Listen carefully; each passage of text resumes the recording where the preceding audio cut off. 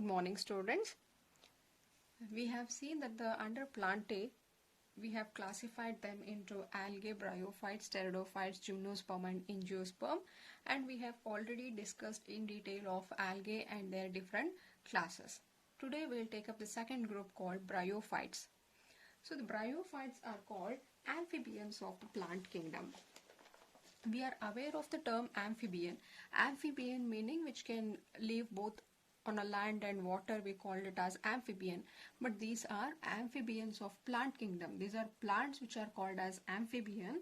So they are called amphibians because these plants can live in the soil but are dependent on water for sexual reproduction.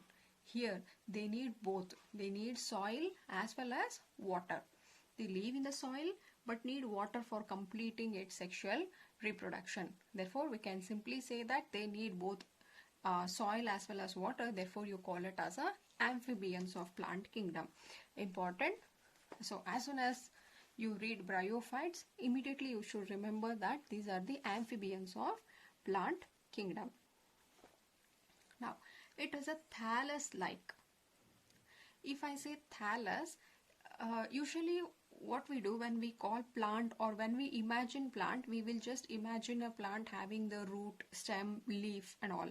But these are not like that. They are thallus-like. Simply they will have a leaf-like structures, that's all. You cannot differentiate them into root, stem and all. So it is a thallus-like, prostrate or erect, either on a substratum. They can be attached horizontally or it can be vertically attached to the substratum. You call it as a prostrate or it as a erect, attached to the substratum by means of unicellular or multicellular rhizoids. So they are attached. If this is a substratum, on the substratum we find this bryophytes. So now the bryophytes are attached to the substrate by means of a small unicellular or multicellular root-like structures. These are called as rhizoids.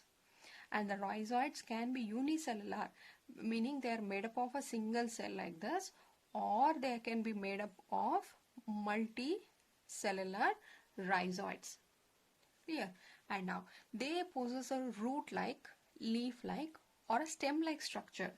They are all like. They are like roots. See, I told you rhizoids. Rhizoids are not the roots, but they are root-like structure. The thallus will look like a leaf, but they are not leaf. Leaf-like structure, stem-like structure. You can find them. That means, in another word, we can say they lack true roots, leaf, and stem. They lack the true roots are not there. They are just root-like, leaf-like, or stem-like structures are seen. And they are avascular plants, meaning they don't have the xylem and phloem. Avascular plants meaning they don't have no xylem and phloem. And we know what is the xylem and phloem. Here this is a water conducting and food conducting tissue. Right. Here bryophytes are very small, very small in size. Therefore, they can manage even in absence of the xylem and phloem. See, their size might range from 1 centimeter to 50 or 60. Maybe tallest bryophytes are about 50 centimeter. So, they're very short. Therefore, even in absence of xylem and phloem, they have special mechanism for conducting the water and food. So, the main plant body here is haploid, and that you call it as a gametophyte. See, gametophyte meaning structure which will produce the gametes are called as gametophyte. Structure which will produce the gamete are called as gametophyte. Here the plant body is gametophyte, and they will have the gamete, that's a sex organ, gamete producing structures called the sex organ. So the male sex organ is called antheridium. They will produce the male gamete called anthrazoids, and these are biflagellated, meaning they have flagella, they can move. The male sex organ called as antheridium produce the male gamete called anthrazoids. And at the same, there is a female sex organ called archegonium, which will produce a female gamete called egg. See, these antheridium, archegonium can be present on same thallus, or they can present on a different thallus. On a this is one thallus and this is one more thallus. The antheridia can be present on one and archegonia on different thalli, or both antheridia, archegonia may be present in the same thalli also. And here antheridia, archegonia, which will produce a male and a female gamete respectively. Now what happens? We know that the anthrazoids are biflagellated, meaning they can move. These anthrazoids are released in the water. Now it is the water which will carry these anthrazoids. They will also have the flagella. They will swim in the water and reach to the archegonia, where they fuse with the egg present in the archegonia, resulting, now when the male gamete and female gamete fuse, it result in the formation of zygote. And these zygote will further develop into sporophytes. Now if I say sporophytes, they are the structure which will produce the spores. Gametophyte structure which produce the gamete. Sporophytes are one which will produce the spores. Clear? Fusion of gamete resulted in the zygote. Zygote further divided to form the sporophytes. Now the sporophytes are not free living. They don't live independently. Instead, they are attached to the gametophyte. See here, if this is a gametophyte, right? This will produce the gametes. And these gametes have fused and they have resulted in the sporophyte. The sporophyte are also seen on the gametophyte only. They are still attached to the gametophyte because they will take up the nourishment from the gametophyte. They can't independently produce their food or take up the energy.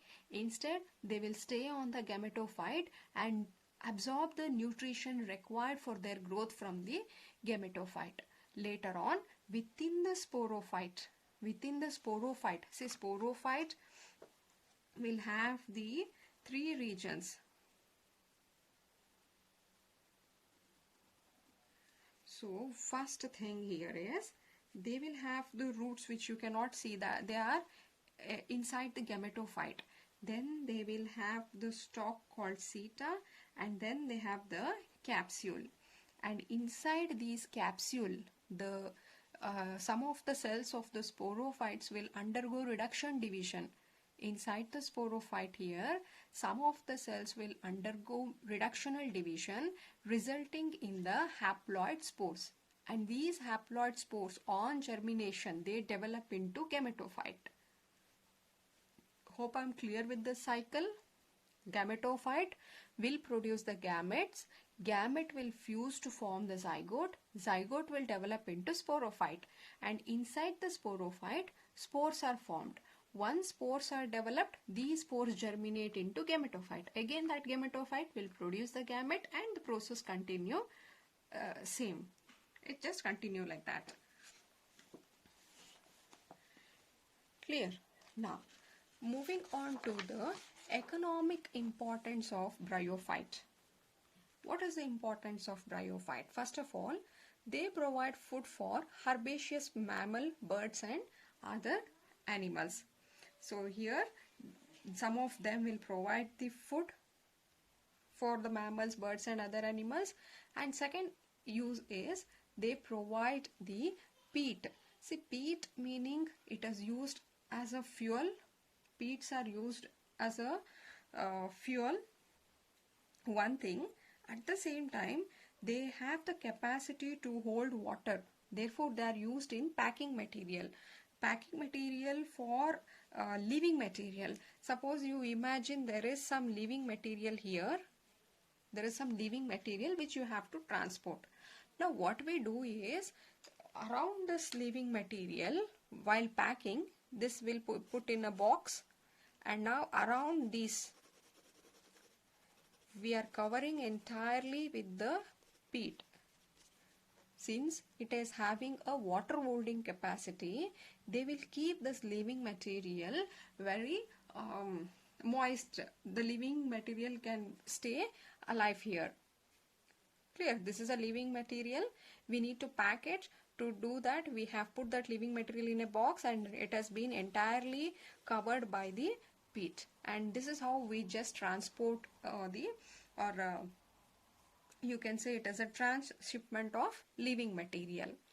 This is second use. And third one, see, mosses were first. We know that lichens or lichens. So along with these lichens, the mosses also, they were the first organism to colonize on the rock. They can decompose rock. They have the ability to decompose the rock, making substrate. See, if here rock is a substrate, they will decompose the rock and make a suitable condition for the growth of the higher plants. Only if rock get decomposed, higher plants will get placed to grow well. This is one thing.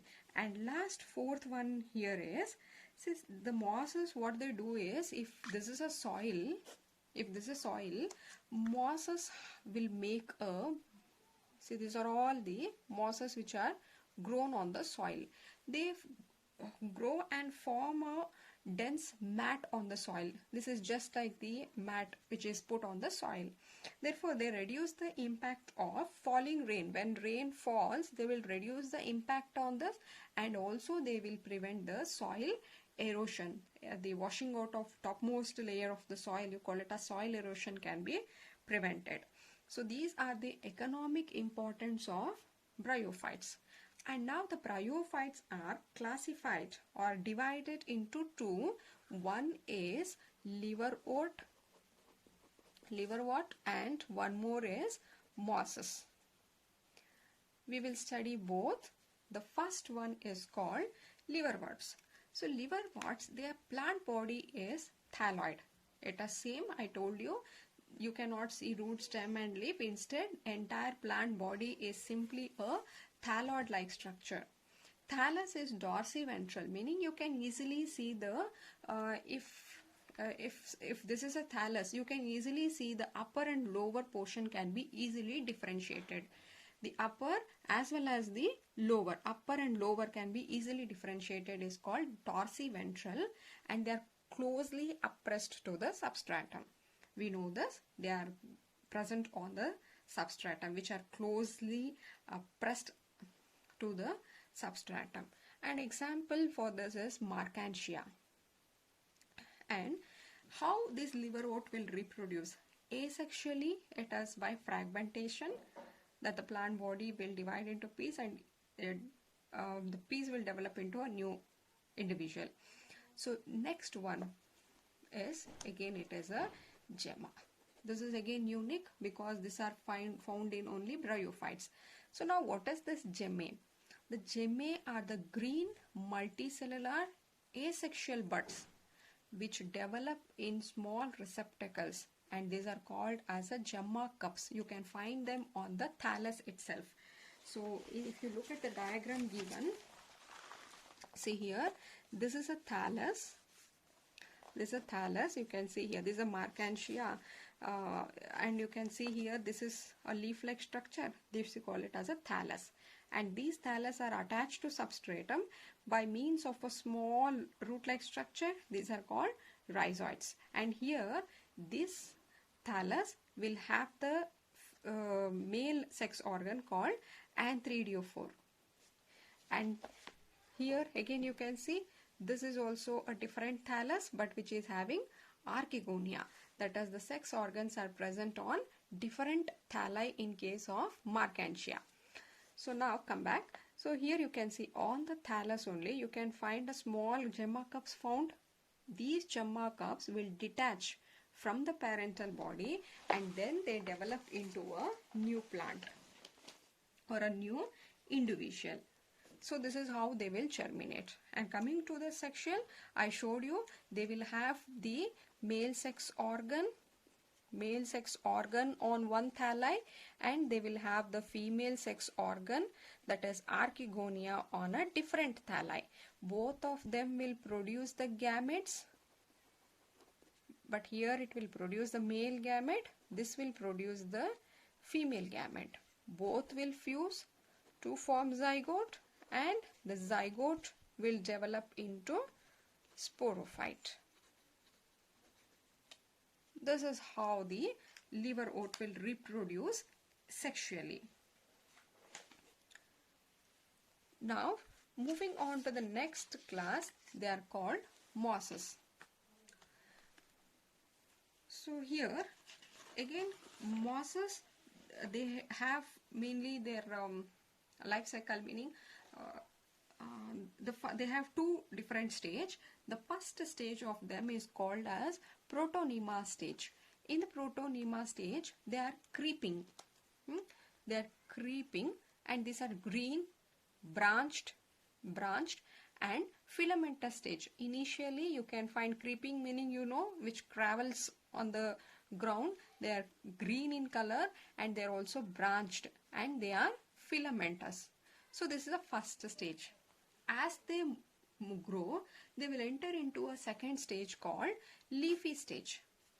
Here they have the slender axis. So you can see slender axis like this, bearing spirally arranged leaf. These are the spirally arranged leaf, and they are attached to the soil by means of the rhizoids. Initially they were creeping.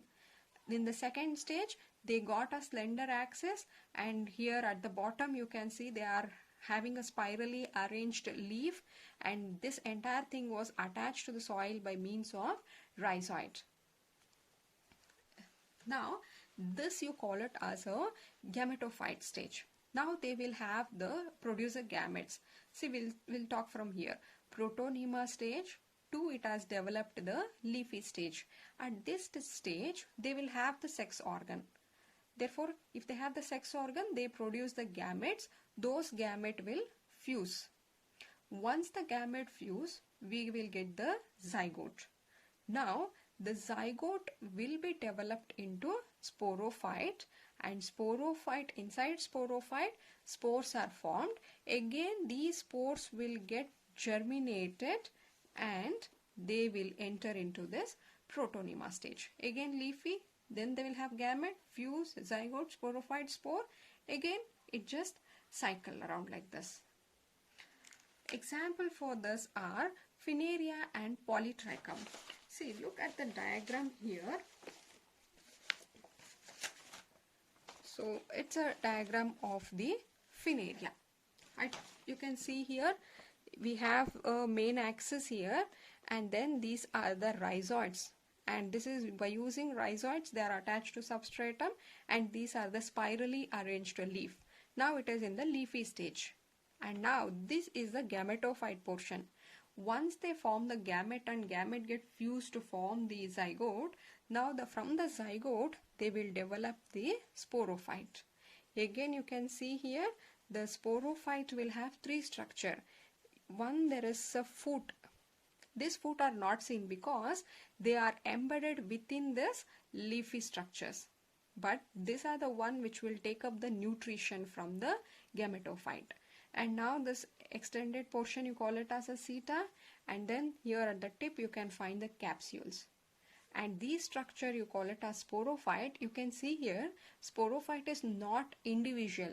They are present on the gametophyte. That is why I told you sporophytes are not free living. They are dependent on gametophytes for their nutrition. Now it is inside this capsule. Some of the sporophyte cells will undergo meiosis, that is a reductional division, to form the spores. And once spores are formed, they get dispersed, and that spores will again germinate into a new gametophyte. Again that will enter into a protonema, then to a leafy stage, and this happens again. So this is all about the bryophytes. Hope I am clear with the bryophytes. And also I found that students, you are not regularly watching the videos on time. If this continues, I'll just block the videos which I'll allow for one day and I'll block it on the next day. I want you to do the work every day. Finish today's topic, whatever has been discussed. Go through the NCERT book, compare this with the NCERT, make your notes and just clear the concept then and there. Clear? Hope I am clear with the bryophytes. Bryophytes amphibian, and these are general characteristics. Usually they will ask for 5 marks. List the characteristics of bryophytes. Out of these many, collect the points, condense to form a 5-mark question.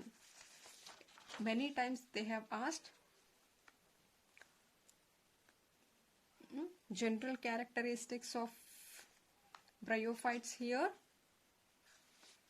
Then they have been classified into 2 liver root mosses. Again, this is about the liver. Example here, Barkantia, which we are going to see in the lab.